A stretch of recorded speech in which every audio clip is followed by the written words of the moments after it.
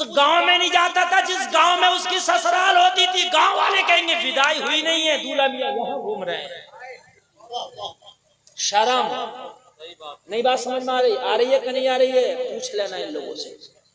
नहीं जाता था, जबकि शरीयत इजाजत दे रही है। ये इसकी बीवी हो गई, चाहे तो इसको कहीं ले जाकर घुमाए, चाहे तो अपने साथ बिठाए, चाहे तो अपने साथ उठाए, चाहे तो अपने साथ खिलाए, चाहे तो अपने साथ पिलाए। बीवी हो गई, विदाई से क्या होता है? ये तो रस्में हमारी तुम्हारी। लेकिन इतनी शर्म हया का लिहाज था कि अगर 4 साल तक विदाई नहीं हुई तो लड़का उस बस्ती से नहीं गुजरता था जिस बस्ती में उसकी ससुराल होती थी। ये थी पहली शर्म हया। और आज का आलम तो ये है, निकाह तो दूर की बात है, खाली मंगनी हो जाए ना, मंगनी, तो लड़की और लड़का इतना बड़ा मोबाइल लेके पूरी पूरी रात बातें खत्म नहीं होती है। क्या बात है, वाह वाह, पूरी रात बातें चल रही हैं। हक है हजरत। पूरी रात किस बात की बातें चल रही हैं कि तेरी ये बात जायज है, शरीयत में हराम है, इसलिए कि मंगनी की कोई औकात नहीं है शरीयत में। कान खोल के सुन ले, रिश्ते की कोई औकात नहीं है। अगर मंगनी हो गई तो लड़की को लड़के से बात करना जायज नहीं है। घर वाले भी नॉर्मल हो जाते हैं, घर वाले भी जरा नरम पड़ जाते हैं, कोई बात नहीं। हमारी बच्ची वही तो बात कर रही है जहाँ से इसकी मंगनी तय हुई है, मगर तुझे पता नहीं है, हमने तो मंगनियां भी टूटती देखी है, हमने तो बारातें भी वापस जाती देखी है, हमने तो रिश्ते भी टूटते देखे हैं। अगर मंगनी टूट गई तो बता तेरा इसका रिश्ता क्या है? इसलिए जब तक क्या शादी ना हो जाए, जब तक लड़की का बात करना जायज नहीं है। बेशक बेशक। तो माहौल हम बदले ना, माहौल हमने खराब किया। हम कहते कि माहौल खराब, माहौल हमने खुद खराब किया। हम खुद खराब है, खुद खराब है। पहले कितनी शर्म है यार, मुझे बताइए। आगे बढ़ो।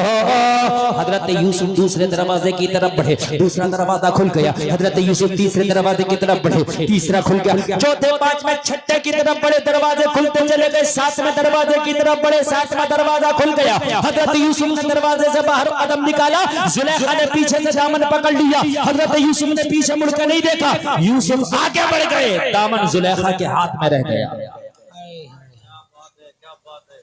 वाह वाह वाह। इज्जत देना अल्लाह का काम है। बेशक। इज्जत देना किसका काम है? अल्लाह। औरत बहुत शोबदेबाज होती है, ये भी सुन लीजिए, ये बात सही है। ये शोबदा बनाने पे आ जाए तो अच्छे अच्छे को फंसा दे। बड़े बड़े बादशाहों की हुकूमतें गिरा दी इसी, बड़े बड़े वलियों की वलायतें छिनवा दी इसी। शोबदेबाज, शोबदा बना दिया जुलेखा ने। कहा यूसुफ ने खयानत करने की सोची है, और यूसुफ ने माजल्ला सदबार माजल्ला, मतलब गलत नजरिए से मेरी तरफ देखा, या जो भी शोबदा बनाया। अजीज़े मिस्र के सामने जब मुकदमा पेश किया गया, चूंकि ये बीवी है अजीज़े मिस्र की, अब इसने शोबदा बना दिया, हजरत यूसुफ को गलत ठहरा दिया। मगर अल्लाह की तरफ से आवाजें आ रही थी, यूसुफ टेंशन न लेना, इज्जत के ताज तो हमारे हाथ में है। हाय सुभान अल्लाह। ये जो कर रहे हैं करने दो, इज्जत देने वाले तो हम है ना।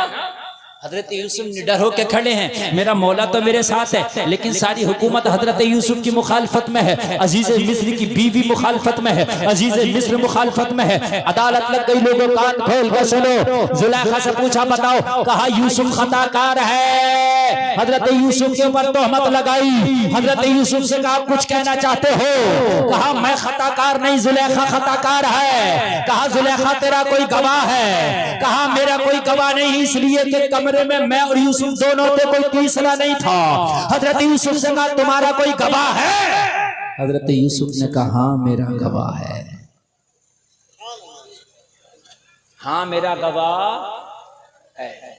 जब हजरत यूसुफ उस कमरे से लाश दरवाजे से निकले थे तो एक दूध पीता बच्चा था जो पालने में लेटा था। हजरत यूसुफ ने फरमाया दूध पीता बच्चा मेरी गवाही देगा। सुभान अल्लाह सुभान। जरा जोर से बोलो ना सुभान अल्लाह। सब बोले ये दूध पीता बच्चा भी बोलेगा, हमने नहीं बोलता देखा। हजरत यूसुफ ने फरमाया तुमने नहीं देखा होगा मगर आज मेरी सफाई में बोलेगा। सुभान अल्लाह सुभान अल्लाह। अगर अल्लाह तुम्हें इज्जत देने पे आ जाए तो तुम्हारी गवाही किस किस से ना दिला दे तुम्हारी इज्जतों की। लोगों कान खोल के सुनो, हजरत यूसुफ के कहने पे बच्चे को बुलाया गया। जब बच्चे को गोद में लाया गया, कहा बच्चे बोल यूसुफ की गवाही दे, खता किसकी है? बच्चा बोला यूसुफ का दामन देखो, अगर आगे का फटा है तो खताकार यूसुफ है, और दामन पीछे का फटा है तो खताकार जुलेखा है। सुभान अल्लाह सुभान अल्लाह। दामन पीछे का फटा था, उसने हाथ में लिया था, तो सबके सामने आ गई खता किसकी है। लेकिन ये बीवी अजीज मिस्र की थी। कहा अगर जुलेखा को फौरी तौर पर सजा दे दी जाए तो अजीज मिस्र की इंसल्ट हो जाएगी।